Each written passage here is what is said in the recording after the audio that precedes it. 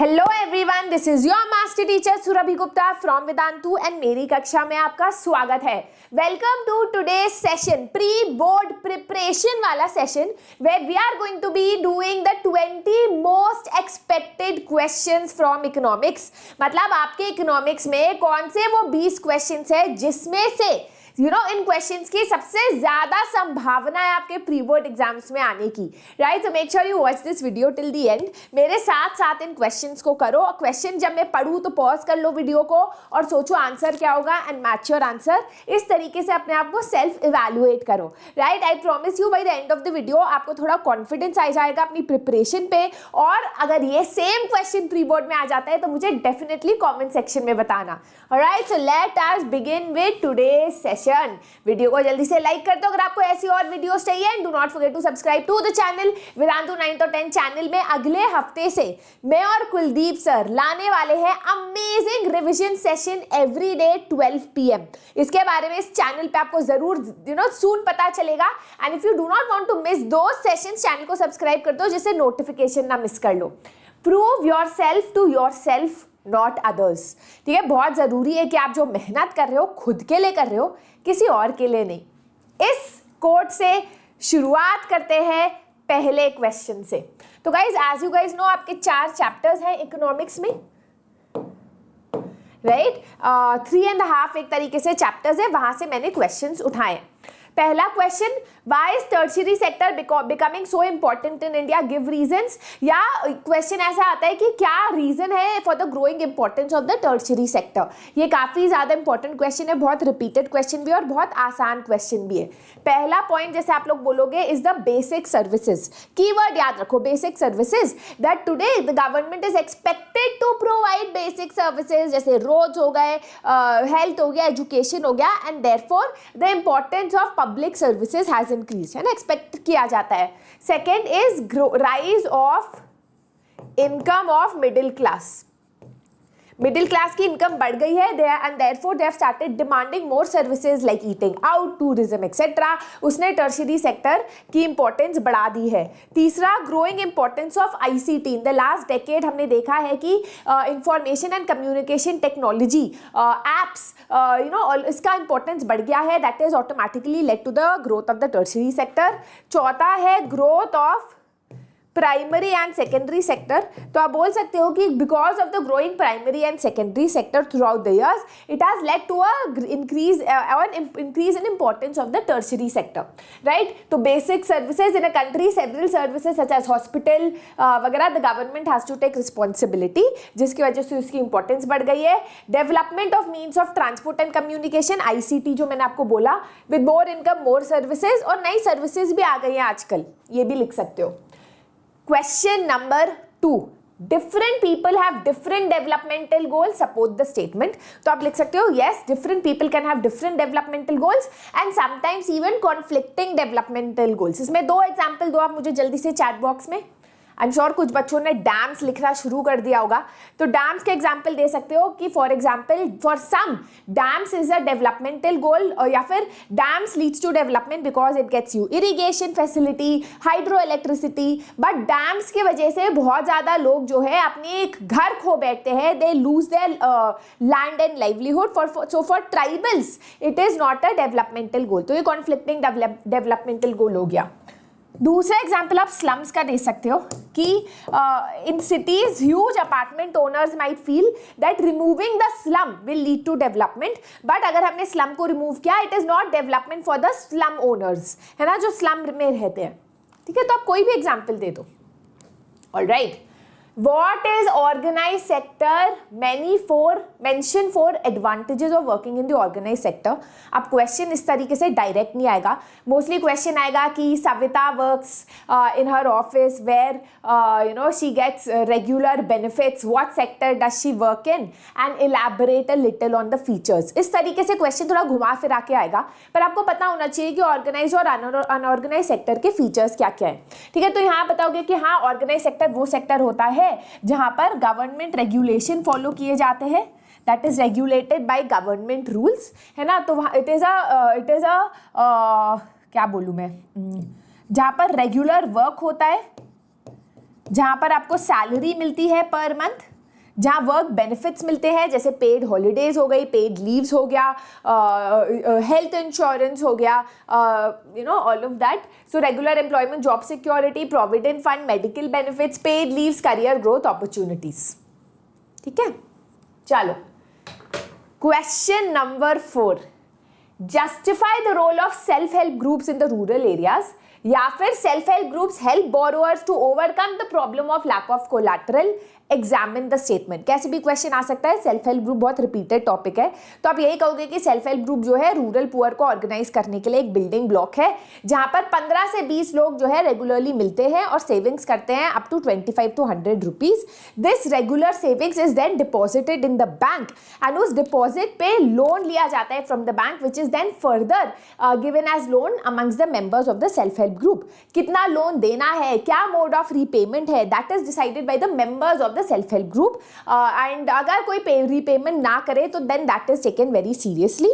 आप लिख सकते हो कि लोन्स दिए जाते हैं for variety of purposes. Economic purposes भी, अगर किसी को अपना छोटा सा मिल खोलना है, छोटा सा बिजनेस खोलना है, and even for other purposes जैसे मैरिज हो गया, हाउस होल्ड एक्सपेंसेस हो गया.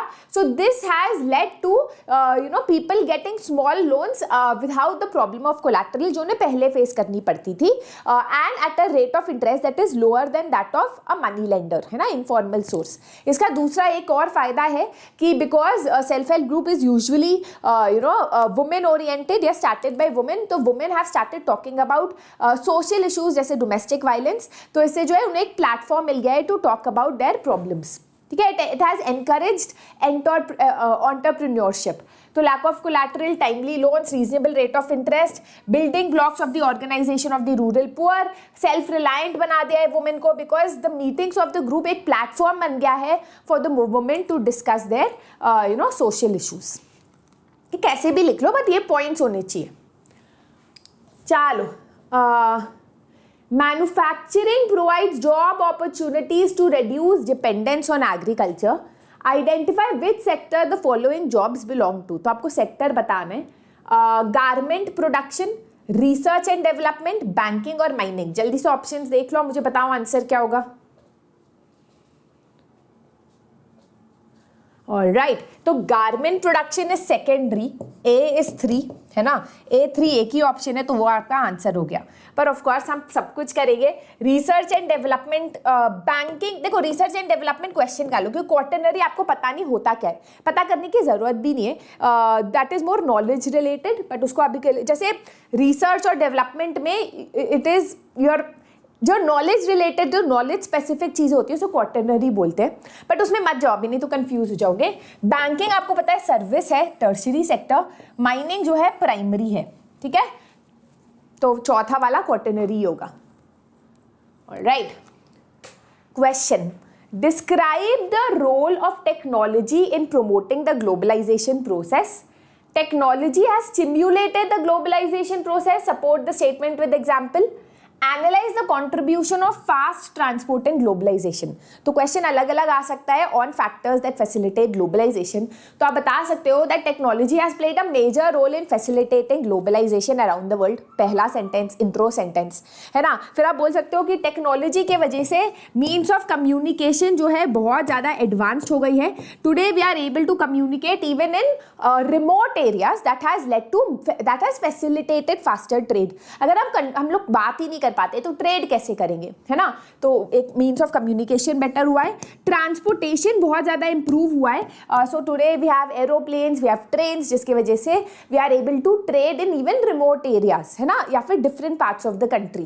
राइट, शिप्स हो गए, है ना. तो ट्रांसपोर्टेशन काफ़ी ज़्यादा इंप्रूव हो गया है. तीसरा आप बोल सकते हो कि बैंकिंग सर्विसेज. आप अपने मन से भी लिख सकते हो, क्योंकि आपकी किताब इतने साल पहले लिखी गई थी, तो अब आपको नई नई चीज़ें खुद ही पता है कि क्योंकि टेक्नोलॉजी की वजह से बैंकिंग सर्विसेज इंप्रूव हो गई है, ऑनलाइन बैंकिंग आ गया है. We are able to make transactions without the use of cash. That has facilitated more trade and more globalisation. It has interlinked countries around the world. Right, तो आप उस तरीके से लिख सकते हो. Information and communication technology, call centres, online teaching, ये सब शुरू हो गया है. तो technology has led to globalisation. Right, कैसे भी लिख लो. अगला question. What may be development for one may be destruction for the other. I think ये similar question हो गया, just like the last question. इसमें भी आप same example दोगे, dams का दे सकते हो, slums का दे सकते हो to explain. According to the 2017-18 data, the share of different sectors in employment in India is this much. One of the three sectors, why did the ratio of employment in the primary sector remain high? तो primary sector में इतना high क्यों है? आपको बिना options पढ़े दिमाग में एक शब्द आ जाना चाहिए. क्या शब्द है? अंडर एम्प्लॉयमेंट या फिर disguised unemployment. Workers in the primary sector are underemployed. आगे पढ़ो ही मत, सीधा अंडर एम्प्लॉयमेंट जहां लिखा है उसको दबा के आ जाओ, मतलब लिख के आ जाओ. Alright, question number 9. Cheap and affordable credit is crucial for country's development. Justify the statement. हमारे देश के उन्नति के लिए लोगों तक लोन उधार देना उनको सस्ते में और अफोर्डेबल वे में बहुत ज़्यादा ज़रूरी है.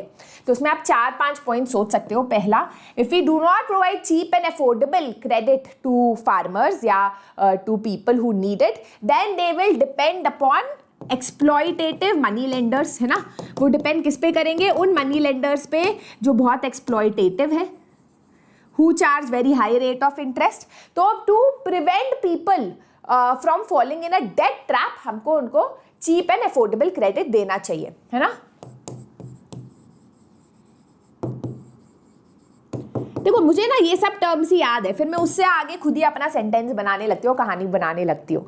राइट. दूसरा पॉइंट आप कह सकते हो कि if you provide cheap credit to people then it will increase their savings. है ना, अपना सेविंग्स वो इंक्रीज कर पाएंगे, क्योंकि अगर मनी लेंडर से लेंगे तो सेविंग्स होगी ही नहीं, पर यहाँ वो अपने सेविंग्स इंक्रीज कर पाएंगे and they will be able to invest in a new business. और वो न्यू बिजनेस जो है नेशनल इकोनॉमी के लिए अच्छा रहेगा. जितने बिजनेसेस है उतना अच्छा है हमारे इकोनॉमी के लिए. राइट, उस तरीके से आप बोल सकते हो. और क्या पॉइंट बोल सकते हो कि चीप एंड अफोर्डेबल क्रेडिट अगर सबको अवेलेबल है तो लोग री इन्वेस्ट कर सकते हैं अपनी सेविंग्स से एग्रीकल्चर में भी. है ना, जैसे फार्मर्स को मिल जाओ, फार्मर्स को प्रॉफिट मिले तो एग्रीकल्चर में इन्वेस्ट करेंगे, एग्रीकल्चरल प्रोडक्टिविटी बढ़ेगी and it will reduce the problem of under employment. है ना, क्योंकि अब अगर इनकम बढ़ती है तो फिर अंडर एम्प्लॉयमेंट का प्रॉब्लम भी कम होता है. ठीक है, तो कैसे भी लिख लो कहानी. More lending would lead to higher income and encourage people to invest in agriculture, business या स्मॉल स्केल इंडस्ट्री.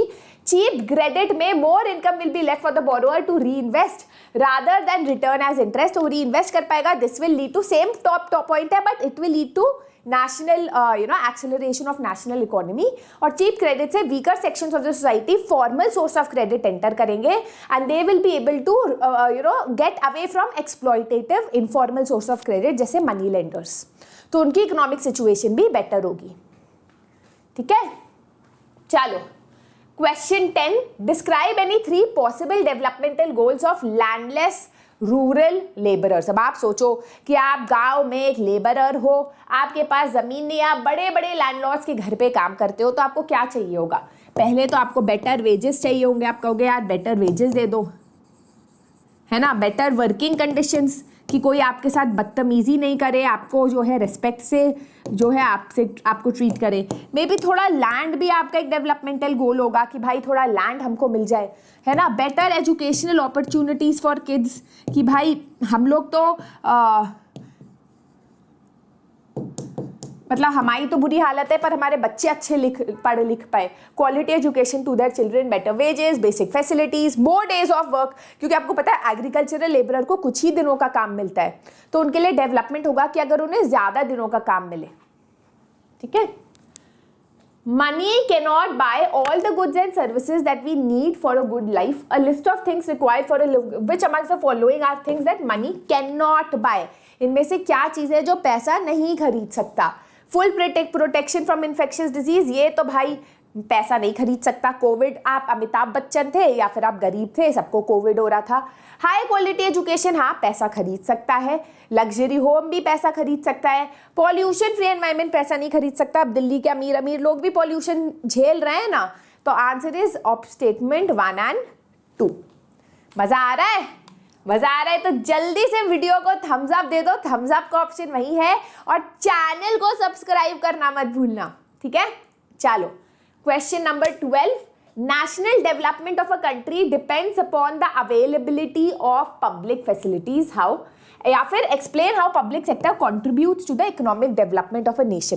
तो क्वेश्चन कैसे भी आ सकता है, पता है ऐसे क्वेश्चंस ना थोड़े जनरल होते हैं, मतलब अगर आपको स्पेसिफिकली वो नहीं आता जो बुक में है तो भी आप अपने दिमाग से लिख सकते हो कि कैसे पब्लिक सर्विसेज किसी भी देश के लिए बहुत ज़्यादा ज़रूरी है। तो आप खुद सोचो ना, पब्लिक सर्विसेज क्या होता है, बेसिक हेल्थ हो गया, एजुकेशन हो गया, सरकार की दी हुई क्यों ज़रूरत होती है, आप खुद सोचो क्यों होती है, जिससे कि everyone is able to afford, affordability जैसी पब्लिक सर्विसेज है। कुछ कुछ कीवर्ड्स याद रखो, अफोर्डेबिलिटी, आप कह सकते हो कि public service is important for national development because it ensures कि not just the rich, even the poor has access to basic services, are able to afford basic services जैसे education और health, है ना।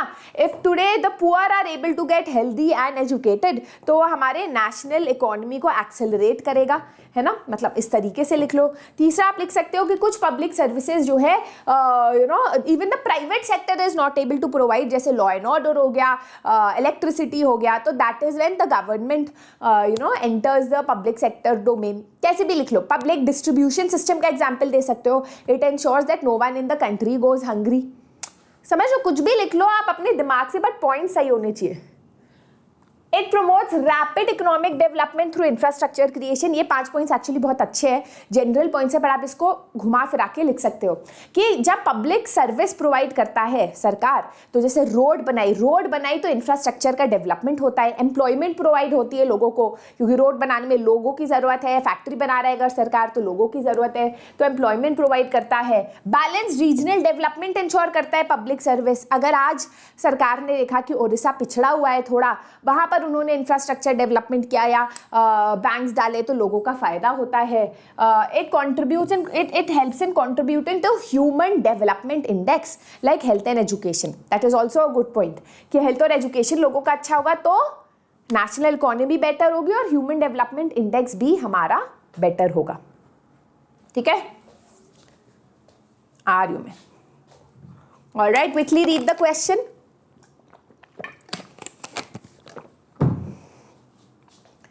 Mohan जो है is an agricultural laborer.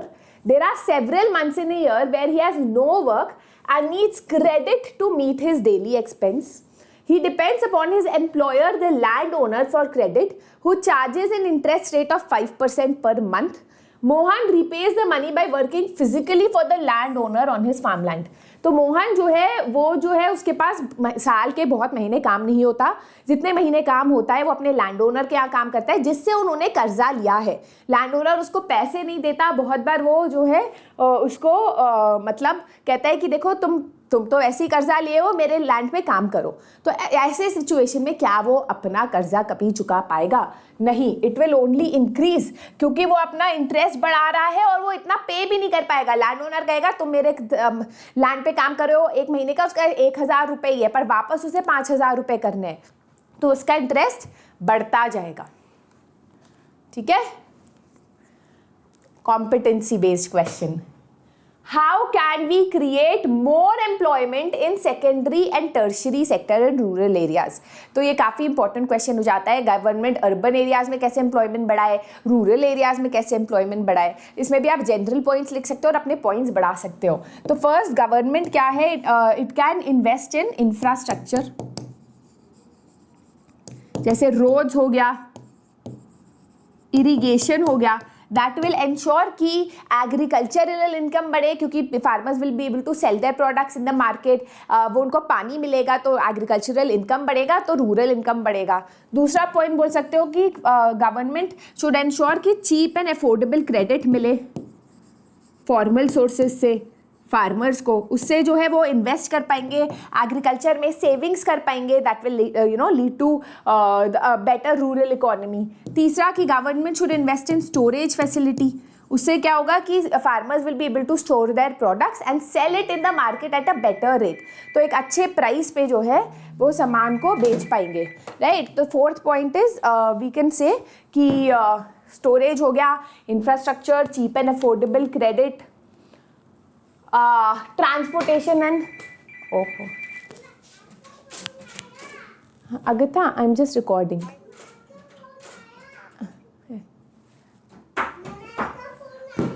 Okay, so opening of cold storage, education and training sectors के education और training centres में वो सरकार जो है हर जगह से डिस्टर्बेंस, ओके, सरकार जो है इन्वेस्ट कर सकती है, so that will lead to a better agricultural income, है ना, क्योंकि वो लोग अच्छा फैक्ट्री भी खोल सकती है, this will lead to less dependence on agriculture and movement of people from primary to secondary and tertiary sector, कि इससे लोग कम निर्भर होंगे कृषि क्षेत्र में और वो सेकेंडरी और टर्शियरी सेक्टर में जाएंगे, ठीक है।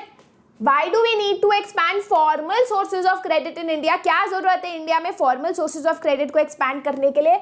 सबसे पहले आप लिख सकते हो क्योंकि informal source of credit exploitative होता है, गवर्नमेंट रेगुलेशन के अंदर नहीं होता, बहुत हाई रेट ऑफ इंटरेस्ट होता है ना, तो उससे लोग डेट ट्रैप में फंस जाते हैं। दूसरा पॉइंट आप लिख सकते हो फॉर्मल सोर्स ऑफ क्रेडिट से लोगों की सेविंग्स बढ़ती है जिसको वो इन्वेस्ट कर सकते हैं in agriculture, in setting up a business enterprise. इस इन्वेस्टमेंट से जो है नेशनल इकोनॉमी भी हमारी एक्सेलरेट होगी, right. RBI supervises the functioning of formal sources of credit. Formal sources of credit less risky होता है, लेस रेट ऑफ इंटरेस्ट होता है। अच्छा, इनफॉर्मल सोर्सेज ऑफ क्रेडिट में अनफेयर मीन्स भी यूज किया जाता है to get the money back, क्योंकि वो गवर्नमेंट के रेगुलेशन के अंडर नहीं होता। So all of that, there is no organisation, तो इसमें आप नेगेटिव्स लिख रहे हो इनफॉर्मल सोर्सेज ऑफ क्रेडिट के कि there is no organisation that supervises the credit that is given in informal source of credit, मतलब इनफॉर्मल में कोई गवर्नमेंट सुपरविजन नहीं होता, ठीक है। चलो, now before we move on to the next question, सब लोग भाई लोग MVSAT अगर आपने रजिस्टर नहीं किया है, what are you waiting for? Mega Vedantu scholarship admission test जो है लॉन्च कर दिया है वेदांतु ने, जहां पर अगर आप ये टेस्ट देते हो तो अगर आपको नीट की तैयारी करनी है 11th-12th में, जेई की तैयारी करनी है, पर पैसा नहीं देना, वेदांतु का जो एकलव्य बैच है उसमें हर एक बच्चे की जेई में रैंक आई है। नीट का जो बैच है, जो हमारा टॉप बैच है, उसमें हर एक बच्चे की एम्स में नीट में रैंक आई है ना। The reason for that is कि हम लोग बहुत ध्यान से अच्छी क्वालिटी एजुकेशन देते हैं without any pomp and show. तो अगर आप चाहते हो कि आप भी ऐसी पढ़ाई, आपको 1-on-1 अटेंशन मिले और वो भी फ्री में मिले, तो मेरा MVSAT मत देना भूलना, ठीक है। मम्मा पापा पे ऊपर हमें बोझ नहीं बनना है, हमें जो है उनकी मदद करनी है जिंदगी में आगे बढ़ने के लिए, और आपका भी ये मन करता होगा, राइट। तो फिर ट्राई करो, MVSAT दे दो, बिल्कुल ही फ्री इसका रजिस्ट्रेशन है, पैसे भी नहीं देने आपको टेस्ट देने के लिए। 2nd, 3rd, 9th और 10th दिसंबर को इसके ऑफलाइन डेट्स है। अब guys I know offline centre पे जाना, वहाँ तक गाड़ी ले जाना, एग्जाम देना एक ईजी चीज़ नहीं है, मुश्किल है, बट ट्रस्ट मी, जब आपको स्कॉलरशिप मिलेगी, वो जो पढ़ाई आप 2 साल के करोगे उससे जो आपको बेनिफिट्स मिलेगा that will be far much than ये छोटा मोटा जो खर्चा हो रहा है आपका ऑफलाइन सेंटर तक जाने में। टेस्ट बिल्कुल मुफ्त है ना। तो टेस्ट कहाँ होंगे? काफ़ी सारी एरियाज में, चेन्नई, कोयम्बटूर, मदुरई, पौंडीचेरी, त्रिची, हैदराबाद, मुजफ्फरपुर, औरंगाबाद, इन सब जगहों पे आप जब आप फॉर्म भरोगे, जो गूगल फॉर्म नीचे है इस वीडियो के लिंक नीचे डिस्क्रिप्शन बॉक्स में आपको एक लिंक मिलेगा गूगल फॉर्म का, उसको दबाओ और उसको भरो अपना ऑफलाइन सेंटर। क्या आप इसको ऑनलाइन दे सकते हो? हाँ, बट ट्राई करो कि ऑफलाइन दो, क्योंकि अगर आप ऑफलाइन देते हो तो आपको 10% एक्स्ट्रा स्कॉलरशिप भी मिलता है और वेदांतु मिनी पैक भी मिलता है, स्टडी पैक। तो थोड़े फायदे ज़्यादा है ऑफलाइन देने में, थोड़ा आपको अटेंशन ज़्यादा मिलेगा, बट ऑफ कोर्स अगर आप नहीं दे पाए ऑफलाइन तो ऑनलाइन तो देने की कोशिश करो, राइट। उसके अलावा आपको जो है fully paid space research programme with ISRO मिलेगा, मतलब इसरो के थ्रू 5 दिन का स्पेस रिसर्च प्रोग्राम में आप जा पाओगे। स्कॉलरशिप मिलेगा, ड्रोन्स, मोबाइल फोन, स्मार्टफोन्स मिलेंगे, 3 महीने का वेदांतु डाउट्स ऐप पे सब्सक्रिप्शन भी फ्री मिलेगा। तो do not forget to register for MVSAT, ठीक है। तो एज आई टोल्ड यू, आपके सारे टेस्ट सेंटर्स हैं जिसके बारे में आपको पता चल जाएगा once you fill the Google form. Guys I am telling you, ऐसी अपॉर्चुनिटी अब आपको मिलने लगी है, हमारे ज़माने में तो नहीं होती थी। तो ट्राई करो कि आप ये नहीं जाना चाहे तो मत ज्वाइन करना, पर एक तो आपको ऑल इंडिया रैंक भी मिलेगा, आपको पता चलेगा कि आप कहाँ स्टैंड करते हो, और क्या पता आप ज्वाइन कर लो और आपका जो है बहुत अच्छे बैच में हो जाए, आपको अच्छी स्कॉलरशिप मिल जाए, है ना। चलो, assertion reason question. Suppose the literacy rate in a state is 78% and the net attendance ratio in secondary stage is 47%. बहुत ही अजीब क्वेश्चन है। पहला स्टेटमेंट हम ट्रू एज्यूम करेंगे, more than half of the students are going to other states for elementary education. ये तो गलत ही है कि एलिमेंट्री एजुकेशन, मतलब कह रहे हैं लिटरेसी रेट 70 पर, साफ साफ है इसमें स्टेटमेंट 1 तो ट्रू है और स्टेटमेंट 2 फॉल्स है। एलिमेंट्री एजुकेशन में कौन दूसरे स्टेट में जाता है अपने बच्चे को छोड़ने, तो statement A is true, statement R is false, बाकी क्वेश्चन थोड़ा कम अच्छा है।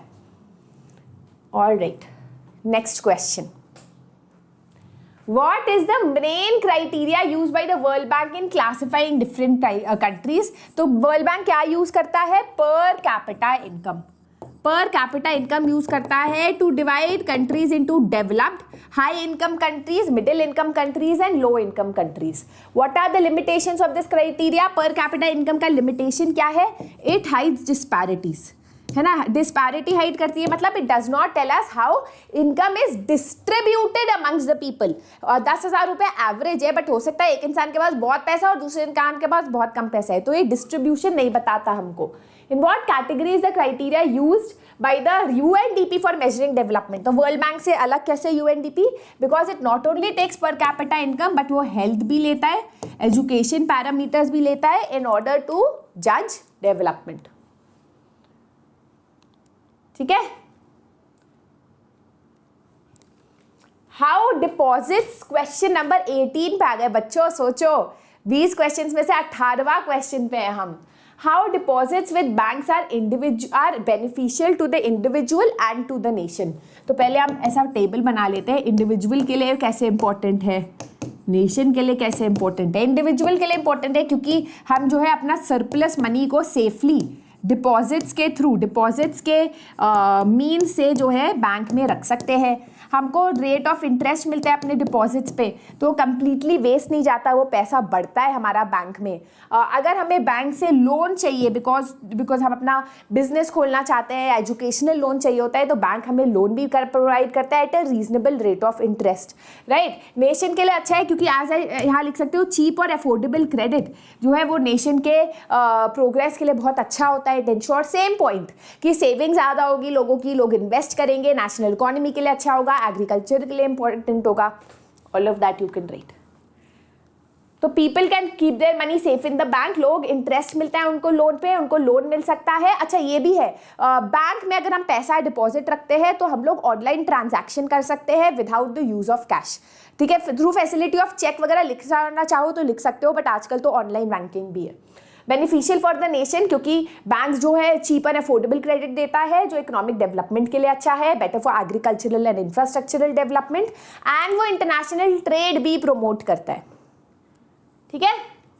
चलो question number 19, in globalisation besides the movement of goods, services, investment and technology, there is one more way in which countries are connected. Countries can be connected through people between countries, कि लोग भी globalisation में move करते हैं। हाँ, तो दोनों statement है और दोनों स्टेटमेंट एक तरीके से कनेक्टेड ही है। Statement 1 and 2 are correct, both of them are correct. Easy question था ये।